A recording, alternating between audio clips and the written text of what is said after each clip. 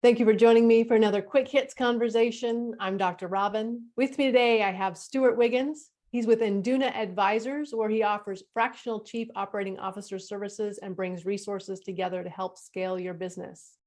I have Brandon Mahoney. He is the co-founder of LaunchPoint Labs, a national venture firm where he is the expert in creating sales departments.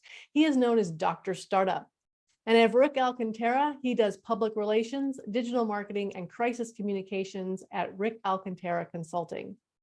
The question today, what is accountability? Brandon, kick us off. So this is another one of those questions that at first glance seems really simple and straightforward. When you start digging into it, you realize just how complex it really is. When I think of taking accountability, I think immediately of taking responsibility, but then it dives so much deeper than that. It's taking like that extreme ownership of whatever it is that you're responsible for. The willingness to take blame if something goes wrong and the willingness to make it right. Yeah, I agree with Brandon. It's also being willing to go out and try new things and do things. And if it doesn't go right, then again, taking the responsibility for it. If you're going to be in that leadership role, you're going to ask people to charge up the hill with you. You're going to have to be able to say, hey, I made a mistake. It's hard to say anything different on this one because, I mean, it's almost self-explanatory. But so here's my question then. Is accountability different if you're holding yourself accountable or if you're holding someone else accountable? No, there is no difference. As a leader, you have to hold yourself accountable, most obviously, but then your subordinates have to see that, and through your activities and actions, they will hold themselves accountable, but they have to know that you're going to hold them accountable as well. So if you give them autonomy to make decisions or to do things without you constantly guiding them, then they have to understand that they're going to be held accountable for the actions that they take or the things that they say. Well, then my question is, if it's so straightforward and simple, what causes a lack of accountability? Fear that you're going to get punished or you're going to get ostracized or called out in front of the team. So, but hold on, now I'm confused, because if you're accountable regardless of how you feel about it. And if fear creates a lack of accountability, then I'm no longer accountable because I'm afraid of it. There's still accountability, but if what may make you be aware of it is if you fear that I'm not going to try anything different, I'm not going to try anything new, I'm not going to admit to anything because of there might be bad consequences. To me, there's a difference between being accountable and in accepting the fact that you are accountable. I can say I'm accountable for certain things, but in reality, when I'm asked to actually show that I might not be able to.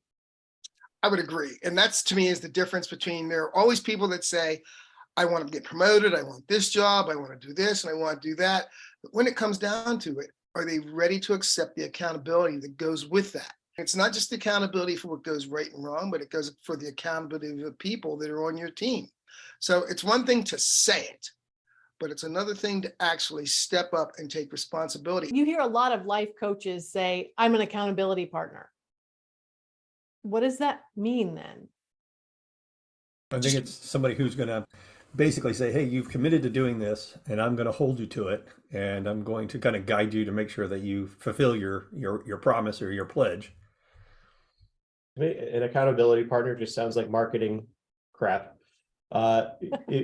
What happens, like, to me, if I'm gonna, like, when I'm like leading a leader, when I think of myself as being accountable, if they mess up or their team messes up and therefore they mess up, well, then I messed up too. And it's also my responsibility to think of ways of how to correct it. But I do agree with Rick on the accountability partner though, because, for example, I came out of dry January. I had an accountability partner. It's those moments when you feel like you might stray, then your accountability partner steps in and says, hey. So, but I think it's a different level of accountability. You have the desire to do it, but in case you slip, this is another person to help you cross the finish line.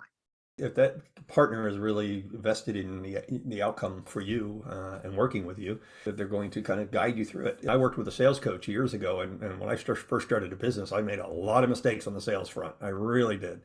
And that sales coach really kind of guided me through the process. He said, okay, so now when you meet with the prospect, what are you going to say? What are you going to provide them? What's your follow-up going to be?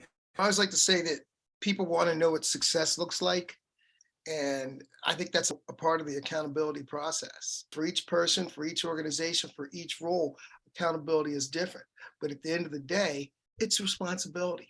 Accountability really is taking responsibility for everything that comes under your purview with no excuses. So, but what I'm hearing though is that there's an accountability where you hold yourself responsible and you are the be all and end all, like the buck stops with you. But then there's also, like Rick, when you were talking about the sales coach you had, you were accountable to him because you didn't really know what you were doing and he was trying to help you along. And I feel like those are opposite ends of the spectrum. One is I know it all, I can figure it out, I'm accountable. And the other is I have no idea what I'm doing. Someone help me work through this. I almost feel like in the latter half of like I'm depending on somebody. I wouldn't like think of that as I'm like we're accountable buddies. It's more so they're providing my guidance because should I mess up, are they really going to come in and fix it for me, or are they just going to simply provide a little bit of guidance there?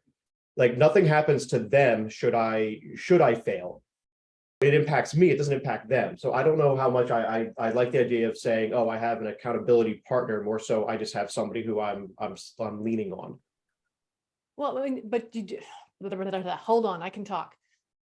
For some people, like they want to go to the gym on a regular basis, and they know if they have a gym partner, somebody that's expecting them to be there at 6:30 in the morning, they're more likely to go. Like they're less likely to hit snooze because they have the accountability of someone else that they would be letting down. You know why that is you just said it. They don't want to let that other person down. That's why it's so much more effective to, in something like a workout, to have someone with you that you say, I don't want to let you down. I'm going to be there when you expect me to be there. I had an accountability partner years ago, and we just met at the gym when it opened, and we didn't do one routine together. We just knew that we were accountable to meet each other at the gym. And it worked out well. As we define accountability, people want these roles of responsibility. But what frustrates me is the people that shy away, the people that want to put blame on somebody else. Those people don't understand what accountability is. The people that set their email so it goes out at 1 o'clock in the morning because it makes it look like they were working at 1 o'clock in the morning, or they want to blame something that failed on the team instead of just taking responsibility. That's why accountability and leadership are so tightly linked together, because to me, you can't have one without the other. So if we're saying the gym partner is accountable because you don't want to let them down, does that mean that when we're talking about ourselves in the work environment, that we don't want to let ourselves down? And that's what the accountability is? I don't want to let the organization down. I don't want to let my team down. I don't want to let you down. I don't want to let myself down. Does that feel right, Brandon, to you? You've had a little different opinion here. Well, so when I think of accountability, I don't think of it as, and I totally could be in the wrong, but I don't think of it as me and somebody else. It's not being a friend. I don't consider me accountable for them. Accountability is, to me, it's all within yourself.